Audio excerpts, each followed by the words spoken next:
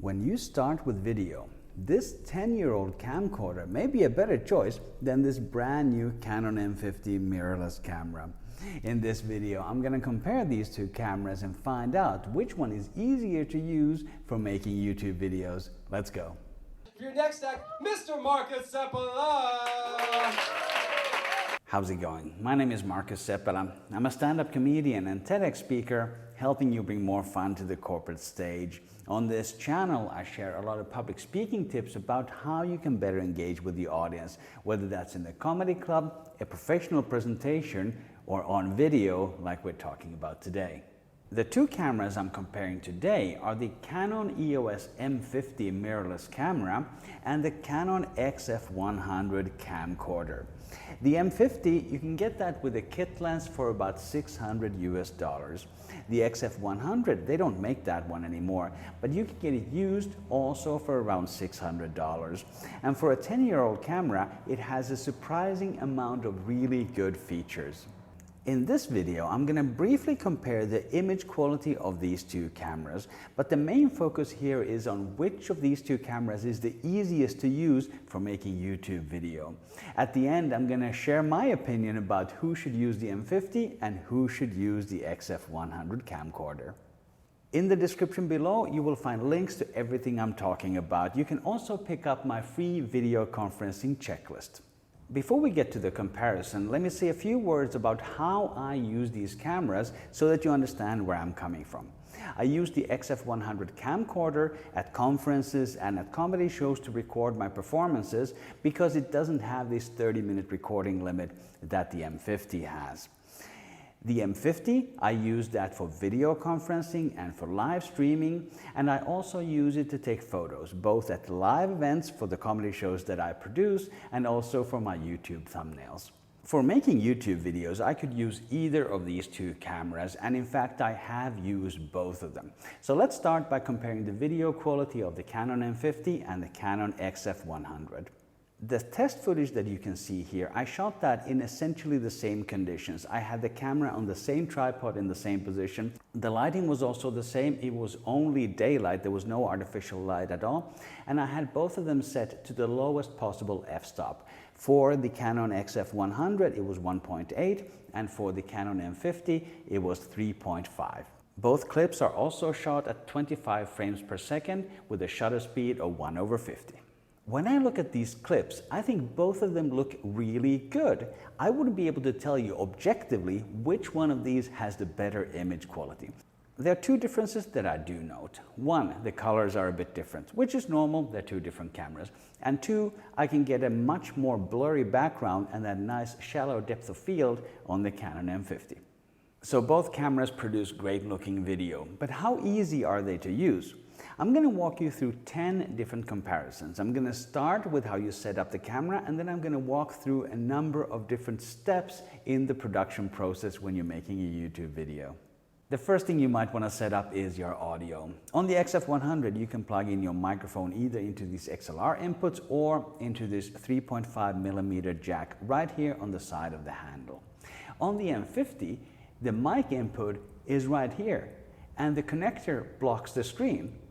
I think that's not a great solution. That's not a great placement for a mic jack. After you plug in your microphone, you want to check that the sound is actually coming through. On the XF100, the audio meters are always visible on the screen. On the M50, there are no audio meters on the default display. If you want to see the audio meters, you have to go into this alternative display mode, but then you don't see the video anymore. Not great. Once you know you have sound, you may want to adjust those audio levels. On the XF100, we have these dedicated wheels that you can turn, physical wheels, but on the M50, you have to go into the menus and adjust your audio level. So maybe you're seeing a bit of a theme here. There are things that are much easier to do on the XF100. The next thing you want to set up is your white balance. With the XF100, you can point to a white surface, a white object, a wall, a piece of paper, something like that, and then you have a dedicated button that you can press to set the white balance based on what you're actually looking at. On the M50, what you have to do is take a photo of something white and then go into the settings, into the menus and say this is a white thing. Then it'll set your white balance for you. Next, you probably want to use a remote to control your camera. The XF100 comes with this tiny and very handy remote. It has two important features. One is the record and stop button, and then it has the zoom rocker as well. So you can control both of those super important features with the remote.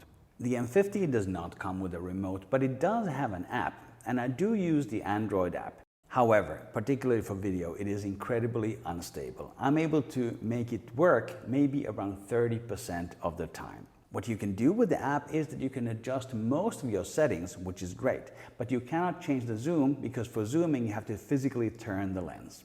Another thing you want to do during your recording is that you want to monitor your recording to make sure that you're in frame. Monitoring like this is not something that I can do with the XF100. With the M50, I can do it on the app, but because it's so unstable, I actually don't use it.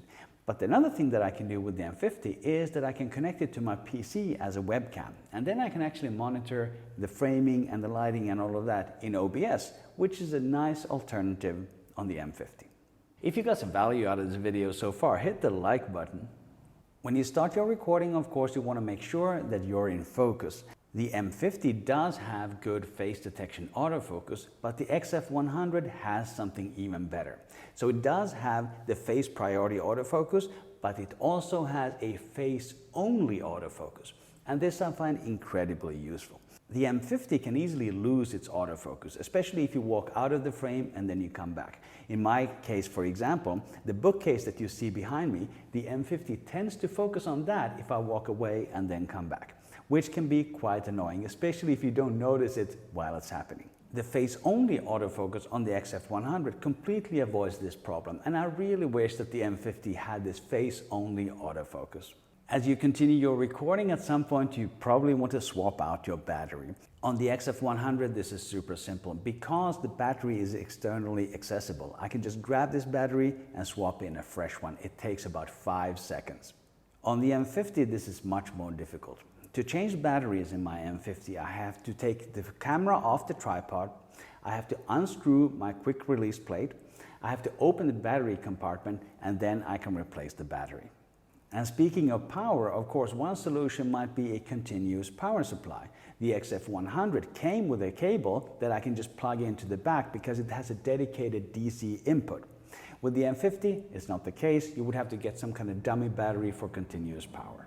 And now you're done with your recording and you want to transfer your video file to your computer.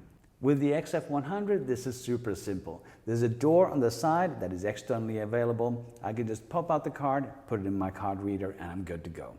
With the M50, it's the same problem as with the battery.